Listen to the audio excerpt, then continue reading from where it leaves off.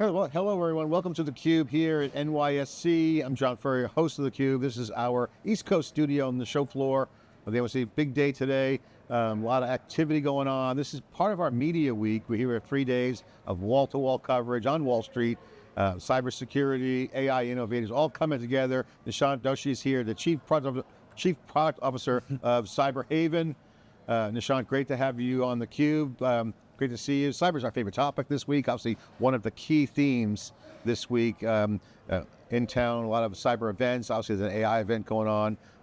Thanks for coming on. Oh, thank you for having us. Not too bad here. Not this too bad. View behind us. It's an amazing view. Yeah. I love the NYSE. It's like a Hollywood set. It's beautiful. Innovation's here. Capitalism is here. We're in Palo Alto with SiliconANGLE.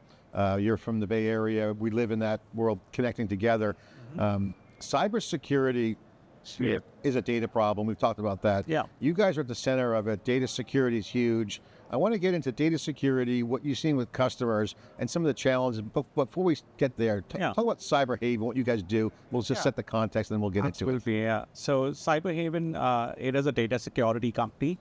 We're a Series C company, and we protect the most sensitive data for the most innovative companies.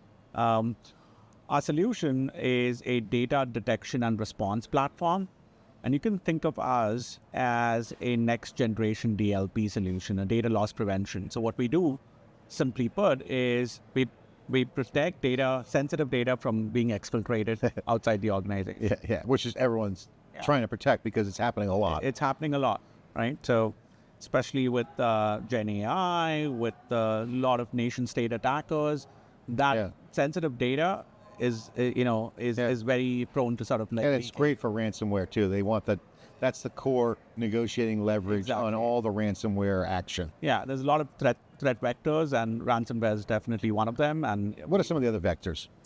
Yeah, so broadly speaking, there's sort of two buckets of data leaving the organization. One is malicious, and the other one is inadvertent. On the malicious side, you just have a lot of like what I call human supply chain issues. You have like employees who are leaving the organization. They might take some data. There's some very famous cases. A lot of IP gets leaked that ways. Then you have like these nation state attackers. You have like employees who are motivated and planted there to kind of take like insider threat. Like insider threat, exactly. That's what they call insider threat. That's the insider risk and the insider threat, exactly. So that's a big problem for a lot of companies. And in this day and age, IP is everything, right? So when you have all of the sensitive IP and you have an insider who's motivated, who has access to this information, you really need to kind of figure out how to protect your data. And that's where Cyberhaven really shines. Yeah, there's no debate that the market trends are there for protecting more. The scales used to be tipped so bad in favor of the bad guys. Now you're starting to see Gen AI come up a little bit. So that's good news. So there's no need to talk about the need. Yeah. Business model. Talk about your business model. Yeah. How big are you guys? What are your deployment options? What's the consumption look like? How does the customer engage? Talk about the business. Yeah, absolutely. Yeah. So we we just raised our Series C earlier this year. We're very well capitalized. We just raised about $88 million earlier this year. Our solution, I'll talk about our solution first. So our solution is essentially an endpoint agent that sits on your endpoint. It's a very lightweight agent. That's one of our key innovations, that our agent is very lightweight, has visibility into every user interaction, every sort of activity that the user is doing, the employee is doing, right? Whether it's opening a file or sharing something or copy pasting some document, right? So we have access to that. Our second innovation is really taking all this information and stitching that graph of like how data is moving through the organization. We call that data lineage.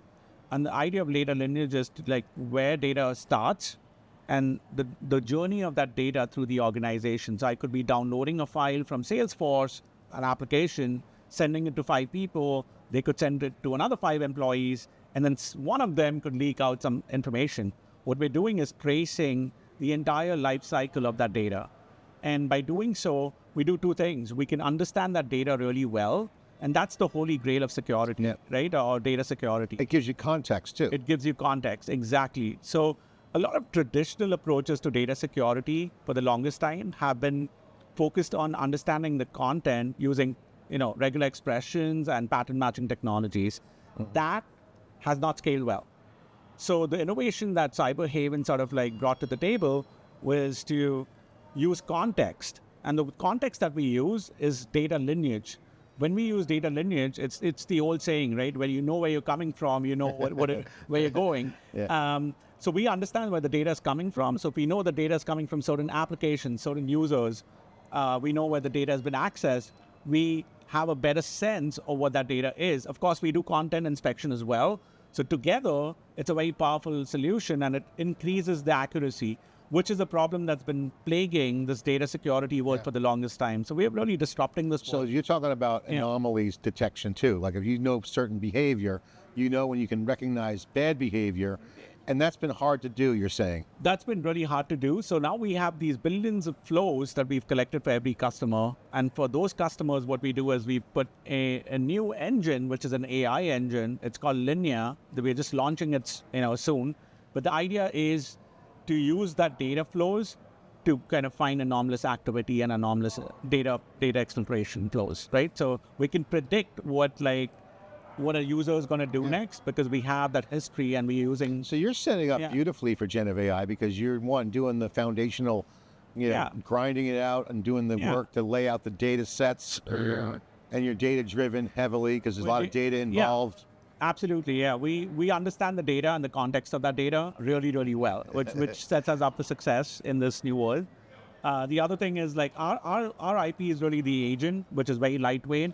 The fact that we can sort of like have an enterprise-wide lineage, which allows us to kind of connect the dots really easy. Talk about the agent for a second. It's lightweight. What does that mean, lightweight, compared to what? What's heavy? What's light? And where does it sit?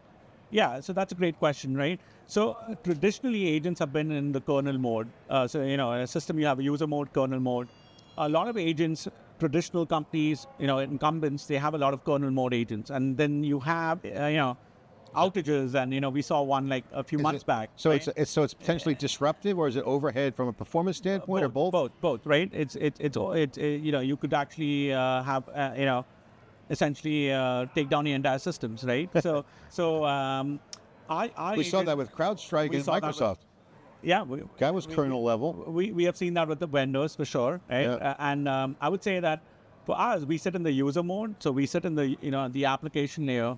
And we still get access to all the information that we need, but it's by virtue of like sitting in the user mode, we're pretty lightweight, and we can sort of like understand.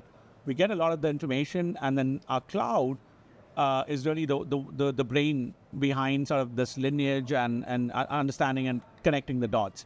So the deployment model is that you deploy these agents and then use the Cyberhaven cloud to kind of manage, orchestrate, analyze policies, alerts, essentially manage and reduce That's risk. your power source. The cloud's That's your power source. That's your like supercomputer that does all the work. Analytics, give me the reports, do some work. Exactly. Yeah, the telemetry goes to the cloud, and then the cloud is really where you do all I really like how you laid out the agent, lightweight versus heavyweight, with user mode and kernel mode. Because that really kind of gives you a perspective of where you sit in the stack. I'm sure customers must like that. Customers love that.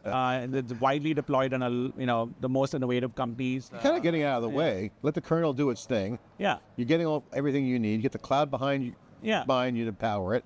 So that's one source. And then like I would say like the key innovation is the data lineage, and for that we have a purpose-built graph database, which is allowing us to kind of like connect these data flows in a very fast way. So if you take a commercial graph database, you can only do a few hops, and after that it slows down. Our purpose-built graph database allows us to connect these dots. You can traverse the tree in milliseconds. How deep can you go on the graph? We can do 200 hops in milliseconds. Milliseconds. Yeah, and usually for a commercial graph database, 7 hops, and then it slows down quite a bit. That's it great. goes into minutes and... It's funny, Nishant, how graph databases are hot now. I've always loved graph databases. Yeah, I remember... I'm a technologist, and I love graph. I've always had a fascination with graph databases. Why is graph databases important right now, in your opinion? Because I think this is, I mean, I know why I like them, but they're nodes and arcs, which is great for computer science and code. You can parse, traverse, and get data fast. I think it's all about context, right? Again, so like, when you're looking at sort of like data, especially because that's been the hardest problem. Infrastructure, application security, there's a lot of companies at $100 million or $1 billion plus in this market, right? But data has been the unsolved problem. And the reason data is hard is because you need a lot of context. My data is going to be different than your data. Yeah. When you think about infrastructure, my port 80 is the same as your port 80. Yeah. It means the same thing, right? Yeah. But it's not the same thing with data.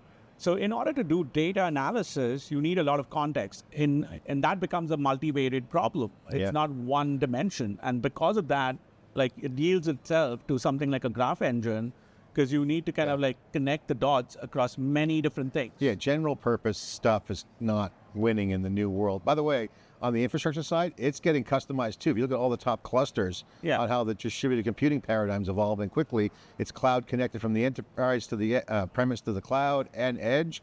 I mean, that's distributed computing basically, but that also might have different requirements based upon the deployment options. Yes, right. Absolutely. So that's new data too. Yeah, that's absolutely right. Like, so you have like data in all these different sources. Like you have the endpoint data, you have the PaaS data, SaaS data, IaaS data.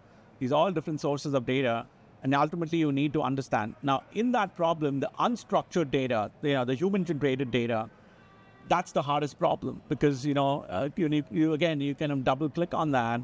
That's context again. My context is different than the document you're going to produce, right? And that sort of like has a challenge. Okay, so I have to ask you, what's the secret sauce on managing that context challenge? Because I think that's the holy grail. Because you've got the behavior down with the lineage. Context is critical. Contextual behavioral data sets are huge to manage. Context. So we use the lineage for that context. So like, to give you an example, if someone was exfiltrating a sales sort of like roster to their personal Gmail account, traditional solutions, you would have to kind of like look at the content and pattern match and say, hey, this is sales data. What we can do is, since we know that data is coming from Salesforce in some shape or form, right? Whether you've copied it, you copied 2 slides out of that, doesn't matter. That's sales lineage. Exporting all of the contacts. Yes, exactly. But we know the lineage. They can encrypt it, they can do whatever they want, but we know where it's coming from. So that's the secret. That's the secret. So now we know without even looking at the content, hey, where are you coming from? And that's back to your point about not only hops on the graph, getting that at milliseconds, the content inspection overhead is gone. If they use tactics to hide it. Yeah, I mean, we have a better together story. So we do content inspection, but we also use lineage to classify data. And that together is a very powerful solution, right? So do you have a lot of reasoning going on? Because I've been on this whole reasoning bandwagon for over a decade. I've seen, and now it's hot. Meta reasoning, metadata is, I mean, reInvent, one of the things I walked away with reInvent was besides the S3 tables that they announced on the storage, which is going to be revolutionizing data, is that reasoning engines are becoming more powerful. Yeah, we have a reasoning engine which is built on top of our lineage, which is called Linear, and what it does is really interesting.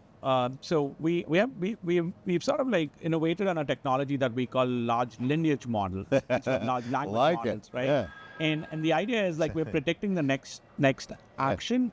We're also looking at the content, and we're sort of reasoning on the doing reasoning on the content itself. So like a great use case for us is when you're sending screenshots out, right? And that's a very common data exfiltration pattern that people are sending these screenshots. Like they take a whiteboard screenshot or a picture and then send that out, right?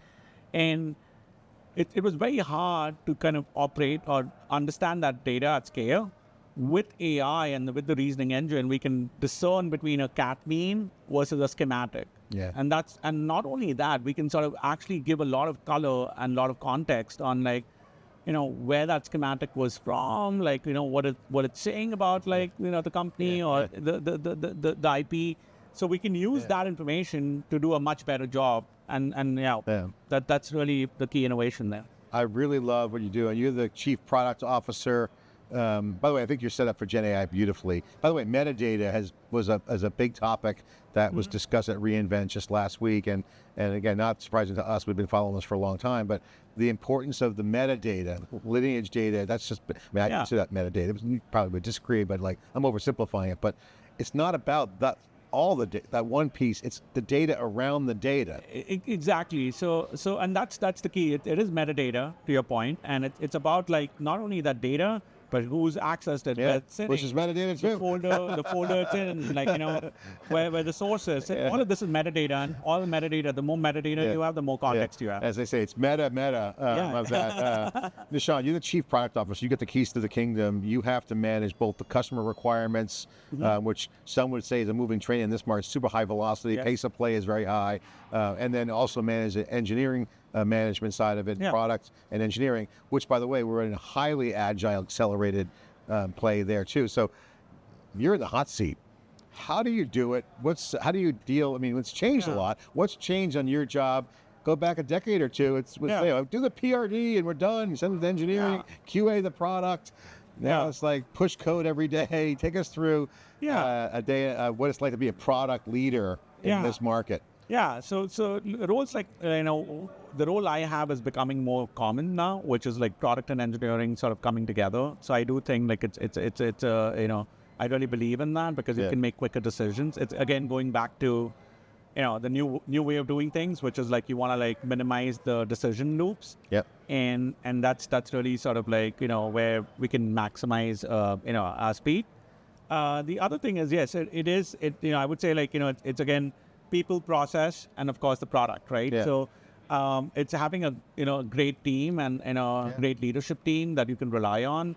It's having really scalable processes, but these processes are for sort of like geared towards urgency and speed. Yeah, exactly. Speed fast. Yeah, move fast. Speed is everything, right? And the key is getting buy-in from the team. Getting buy-in. I mean, I hate to use the term buy-in. Steve Jobs has that famous line. If you need buy-in, you don't have the right. You don't have the right team. Exactly. They're either bought in or not. And Jeff Bezos has the same philosophy that was handed down to Andy Jassy, which is debate, align, and commit. Yeah, it's a very common pattern, right? Yeah. So we have a disagree and commit principle, which is very similar, right? Like we move fast. Nishant, thanks for coming on theCUBE. I'll give you the last 30 seconds. Put a plug in for the company. Yeah. Value proposition. You're going to hire. What areas? What's your growth strategy? Give a quick plug. Take a minute. Yeah, absolutely. So Cyberhaven, we are a data detection and response platform. We really are the leading vendor when it comes to data security and when you want to protect your data from exfiltrating and as well as understanding your data and the flow of your data in your organization.